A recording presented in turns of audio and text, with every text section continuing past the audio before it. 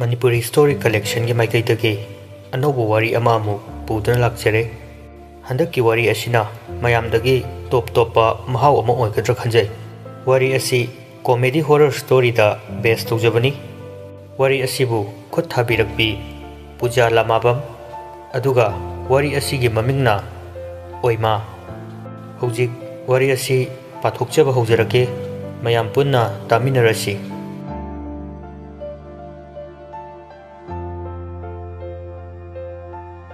तरंग तरंग थोइबा नुमितना पाकला चावरवा इसिंगी इपाक इयाइदा पुंथक थकना लुप्पा मचु माना मिट पांगबु फावबा ngamdana मसेक मंगा नाइना लंगट्रिक लंगली मालंगबगी शाहुमदा तंथा चाना इपोम नाइना हुमलिवा इयाइदा सातपि थंबालगुम अंगांगबा मचुगी फनेक अमगा अंगौबा मचुगी फुरिट अमगा कोकता मुरैनबा फी अमना कोगेट येटलगा चिंखटपा ngamboy ngamdavoy tawraga masa theklap tawna in kanna chinkhatli malangba masu laknaragi haiba matagum uru uru leina humlakli tanawrabi maithong adu tabutana duna songatliva induda khanghum humchinwana ili da yawrukliva laije aduna thotla menglavi leirang mabu thekhat ahlagi matagum tana tana khikli nupi macha adu laije mana mamai de khiklavada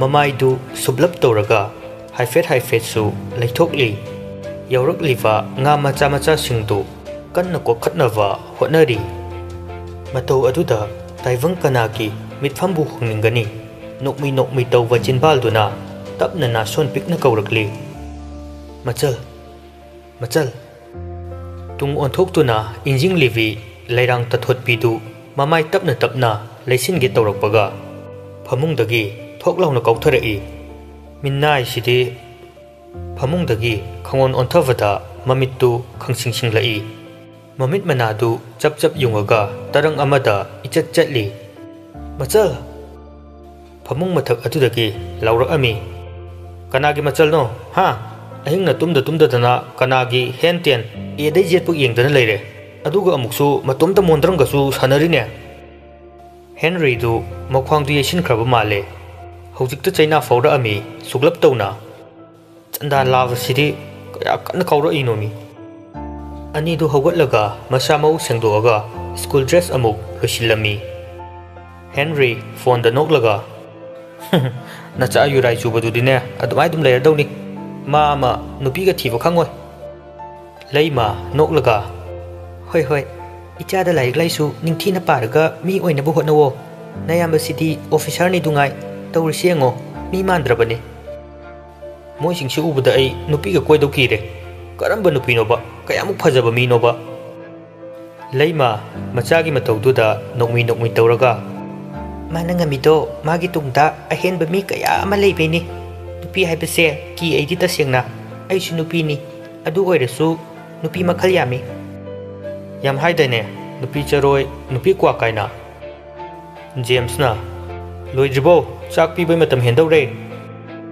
Henry ओनसिलागा सिदा चारसे पुरो काइदेनो हे sir लेरमनी यारोय चाक पीबु काई ठीना चैरागा तालकनी Henry ना मवालौदे अदैदि अइना को सेलसिबु मोय मपागनाना लागा पीबिगे अखोइना था अमदा रुपा 3,000 थीरिसे फागिरो lemma phone दगे हाय करिनो नंबु वहाइदु फजना हाइबि याद्रो मीना तारगा कनागी मचा मसुनो mama मपाना केमता ताकपि तंबिदब्रा हाइना बतारे मवालौदे Moina आइगी लाइफता खुद थिंजिनदौ नते लेमदु खोन कलपना थोइबा कइनो आई थमगे फोन से याद्रे नंबु खितति ज्ञान ताउ कइदौबगे इमागी इबुंगो नंबु इमा से नंग तयाइगी हंदकता लाइमन हौदना सिदौरबनिने हौगेरा हौरोइरा नोइ थोपत हौरो आई थमे फोन दु ममान वहाई अमगा hive नंगबजा नते फटेक्ट कक्थटकी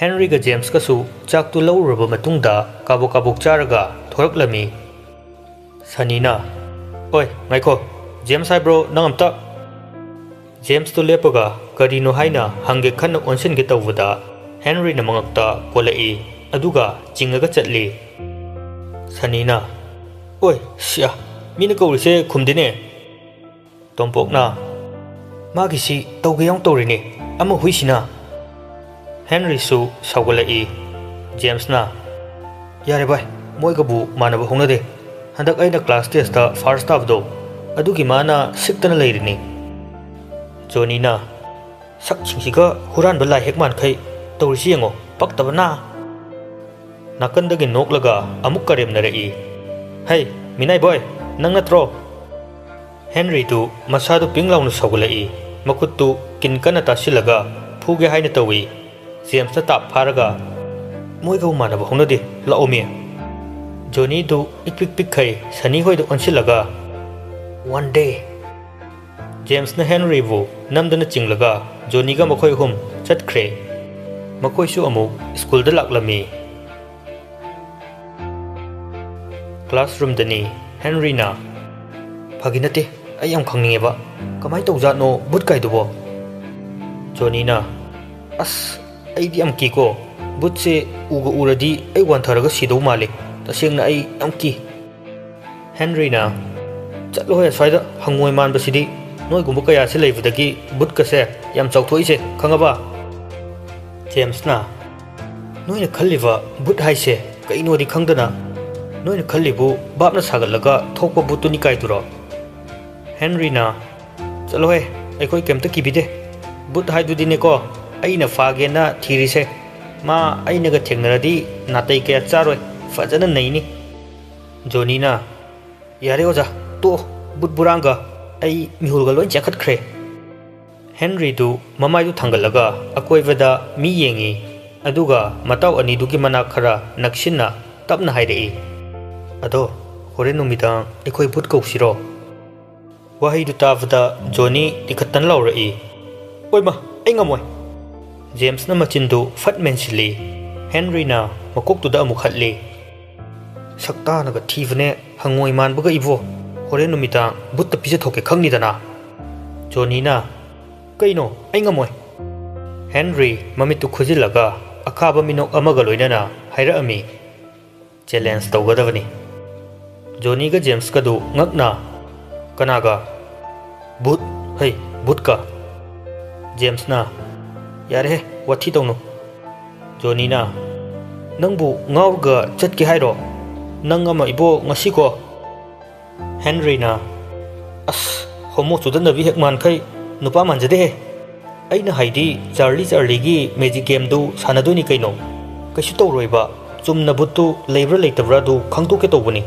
atai kaisu nate James na Nangido wathi ni tawgum si vai Adumba magic play do sanavadai ni da sataba mayam ama yaunari Hera kaisu tawroise Asumna class su mathang hokivana School suti thanaraga amuk makoi singtu hostel da loina hanaragle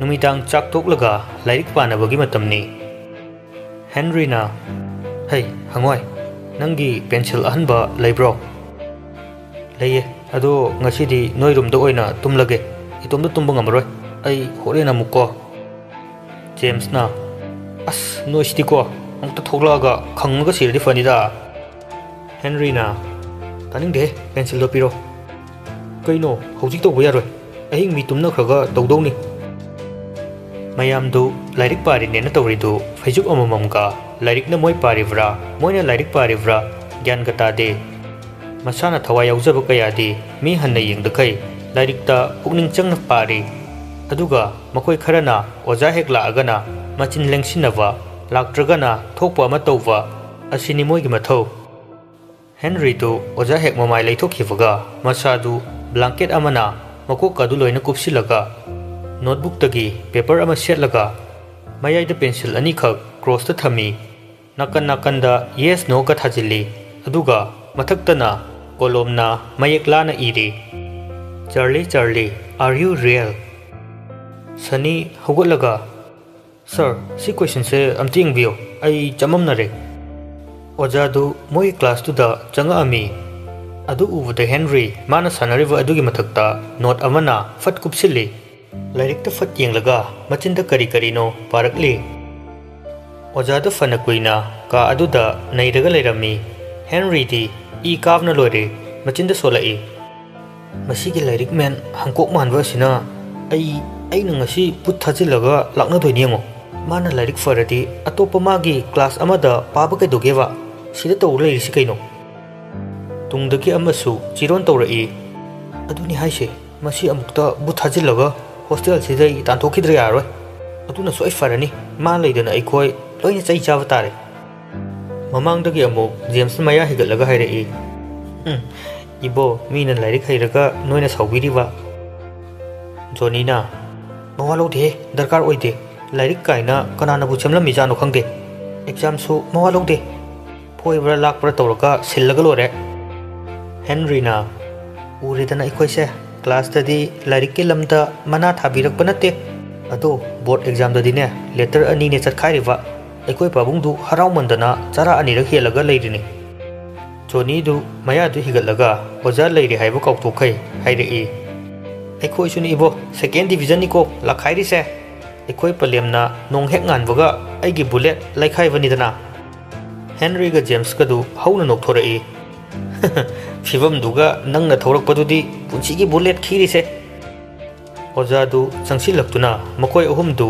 चैना फटफट कलाअमी नखोइ अहुमसी कमाइ तौना ngangnani हौगलो हौगलो पुंग ताद्रिफाउ सिदा लेपगा लेयो lyric असुक पानिंगदवा अंगांगसिबु canoe lyric कदो थेंगुनु अनि अमदि फनदुम फरे खल्ली मवागा लौविव जानते James ती मफाइ नुंगाइतदना तुमिन्ना थौलकलगा ममांगदा लेपी Henry तुसु मागी ब्लैंकेट तुगा थोरअगा लेपी मयामदुदगी इपिक पिकपा जोनी दी ख्वाइदगी चाउबा मसादगी हेनबा ब्लैंकेट अमा पुबा ngamboi ngamdavoi थोरई अदु उबदा है सनुरान बमानवा इवो नंगना तौथोरकपसिदी सिथाममो जोनीना सर इंगे हौजिक पुकयाम इंगदना आइसु जैकेटसिगा तौरसे उद्रो मचिंदु इपिक पिखै सुलेप लेपते सारदी ओजाने आइनो ओजा ओइरगा पावरगा पाइब्रबा थमो अतैसु नंगदोंनो तौबा कना कना यावगेंगो हेनरी सु इलिसिदी हेनरी तु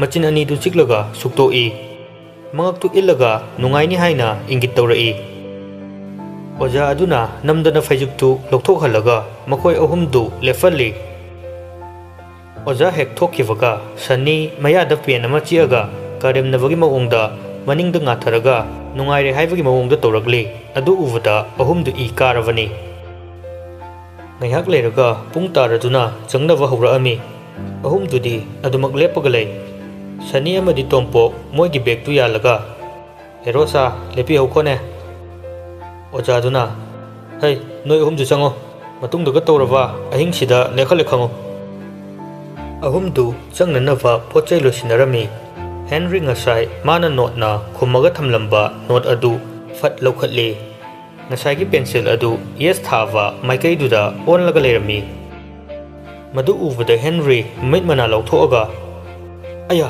सिदी यस हाये बाय तु येंगो अनीदु संगसिलगा येंगे अदुगा अमुक्तदा हौना नोकथोरई जोनी मखुतुना पेंसिल अनीदु यस द लोइना ओनसिलगा थमी यस ngakta ओएतु हेनरीना मिनाय सिदी असेंगबने फागी नते हेनरीना हाइबदु अनीदु थाजदे माना सानबो ओइरमगनी हाइना अदुमा खल्ली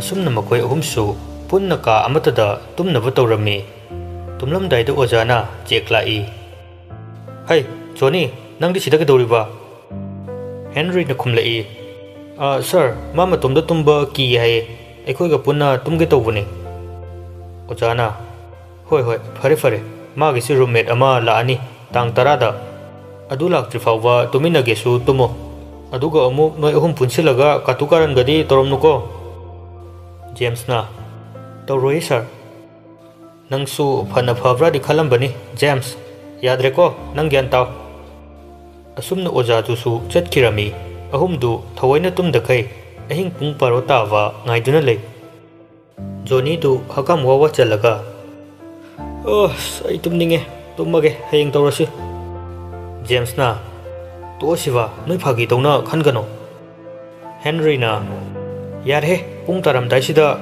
वाथि ngang चिन थिरकनी ngaiak leiraga pungsu taraklammi जोनीना तारे तारे हौरसि ai kidi ki ko Henry na mai dom ta muthalo bai Johnny na as kai no mai muthatoi ro ai ngamaro ai yaw ngamaro Henry na thoklau na kawi aduga nupi ra nupara su khangdabi vo sijako hu pige ahum du mai ga loina muthatlaga sanaba hora ami mayayda candle amakhak thalaga pencil ani na crossing chatlaga yes or no haina su thari mathakta na Charlie Charlie are you real haina iduna thamli makut singdu loina paisinaraga yamunna paper du de yengli talak tu da thongnau du gamlaung ni silai ahum du khangpre khangi ima sire khwaidagi hena ki ganwa Johnny du masad pakhat pana kainom tawre peri peri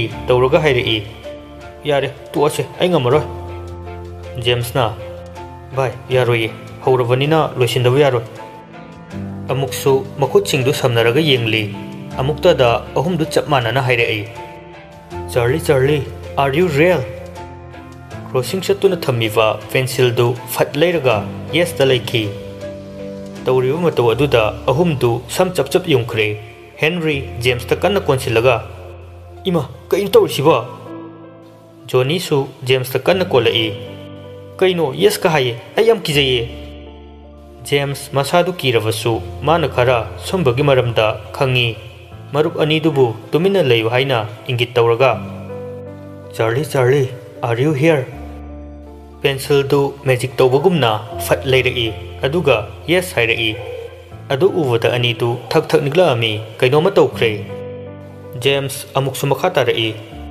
okay do you want to go home pencil du amuk onglaga mathanta no haina fat leirei Henry du kina kaino bai no hairei kamai tawni sidia Johnny du mamit mana du langthoga amuk chalo yadradi aisu siba tare James amuk cheduda onsilaga hairi no Charlie go back home haibuga tawbuga thongdu kokok thilai ahum du khangduna konsinai thongdu thinbari lepte kokok adumak thili handakti Henry na kanano kemda khumlakte thinbadudi left kirami Henry tanja aduda noaga aidi ki buzadi ne haibudu loi fatringai kokok kena kana thinjilai Henry du kapkhalai bai yadre sidi kamai tawni Johnny su kaplaga ai number 1 toksile James na pencil ani tu fat thudi aga mai thage na tawi adubu candle du fat mut kirami mafam du pumam hek mammi ahum du pulap konsinarami Johnny kapaga minai uran basa aina ai yaura haidro ai sibaki ai ngamoye kamai tawdoino sibo Henry su peri peri aidi sumai tawni haiba kanana khangni mai amta thanse ahum du innaringai thongdu kokok thilambadagi mina gam chatpagi makhol amasu yaurakli Henry na laurai kanano napakari haraurino doida Johnny na kaino bai Charlie na amuk saudana hatke haiba tare makhol sing adu leptabadagi Henry sauna laurai but hat haidi haiba leitavni ko ngasi ko China ni Henry na adu haibadagi thong thinbadu chap lep khirami ahum du humang kangle kari tawrakadoino haiduna khanduna lei Henry akibagi minok amaga loinana amuksu aina laubudai kiraba male chatkre nason pikna nupi amagi khonjelda tapna hairami chatte ai leiye Henry du kina kanano nang kai dobula ino khonjel duna amuksu khumla ami ai bu noina kauba natro thongse hango ahum du machi lengdana tumina adumak lei amuk thongdu kanna thilai hangdriba yam thu hango ahum du kimanbana thak thak nikre Henry Johnny bulaktana kauthoklaga chalo hanguso Johnny du kapaga chensilai kaino noina aise pi matagum ahongwa mi oin urise kaiginoba ngamoi nang hanguso cholo ani du inaringaida James sangsilaga mai thali ani mak mamit mana laukhatlaga James ta loini yengi ani du di phibam amata chadre humang anapi kangi Johnny di masadu makhong hamning bagi mawongda leirami. Animak phamungda fat chongkhatki. James na thongdu hangge tawi. Johnny na. Nate bai, tauno. Henry faijumna mamittu haifet khumjilaga. Bai, kananu haiba amta yengo. James thongdu hangdoga yengi. Kanasu leibu ude. Mami fawa tade. Johnny di masadu humangna lupavani. Amuksu faijubtu sukchilaga. Makok khakta thindolaga. Leibro. James na. Kanamta leiteda. Henry na. Aina laubutuda kidana chatlamaniye. Henry tu Johnny na khangkau kawi. Hey, lamsa, nang na dumain haibu doini ne, mina saura ido. Amuk namang sida chongthora adi sini khangdri. James na. Bai, toilet tamta chatmina rusilao. Johnny na. Tanja chakidre, hanjilu, aisu hanjin kre. Si muk wai sangba leitre. As, wathi tawno, lao se yadre. Henry na. Chalo yada ngamoy, mihun ka ayaw krakan sida. Glass tara kaino hanjilo, hayang haitu ase. James tu sawalai. Migi condition kitang di khangbu fai ko. Lao yadre. Ai Henry magi nakanda ising thaklambagi glass to fat lang silai. Aduda ngasigidi yanab khonaro. James mami tu suklaga. Yaroi mia, noi nabu fattabu tawnuda. Johnny na. Nangido ai khange number 2 soidna oiramni. Ukhamla kaino ma tharaga tawro. Aduga hayang phajana sengdo. Hey, sak chin thirakani ko. Nang chaba talagana ekhoini punna aigida chamina seba. Aduda phairo ngasigidi. James tu ani du ngangnaradi kana roi khanduna sauningdana matomda chatkre. Ani du mami lauthoklaga awoi tanaga chatkrene bai. Johnny su peri peri ma leiraga kiba khara phai khallaga ani du konsinaraga thongduda mamitu kuptana yengduna dumak lei. Ngaihakki matungda thongdu khangang hangdorai. But James na. Aine kai kandabda mina tawro sidia de kibaga susari. Henry na. Bai, ai wan tongninge. James na. Mina tawro se haibdadi kisinaraga lei. Kisinaba natiye kirine. Ai ko phagi dagi sawakani. Johnny na. Glass ta. Henry su makhongdu thangba ngamboi ngamdavoi tawraga phamungdagi kumtharai. Bai, noi anima aingondi yengo. As tukatche. Yengo haiba number 1 tawgemi. Ani du amuksu Henry gi matawduda noklami. Henry glass tu pairaga number 1 tawgadavagi tawi. James na. Kaino sibo ngawrbo agoi ki tawini. Bottle du doina tawro. Henry glass tu thamlaga nakandagi bottle ahangba ama lauduna number 1 tawi. Aduga bottle du phamungda pusilai. Johnny na. Kaino tawrisina tukatche he thongnawda langthokho. Henry na. Sina butchangba ngamoidoini. James na. Pelavanida aigi laibakse. Henry na. Johnny nang mamang thangaga tumo. Johnny du mayai da fat chongsilli. Ngamoy nang thango. Henry na amo kauthoklaga adudi nangi kara tumo chalo. Johnny du thawaina kablai. Mina yauroi hairaga prap yawhollaga saktuga lairaba lai hek mankhai yingde mamang thangdradi no upai. James na. Yarese ai thangage lao.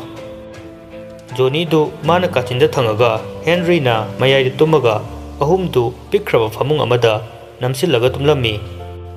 Phana kuina ahum du tumba yaramde adubu tapna tumthakirami.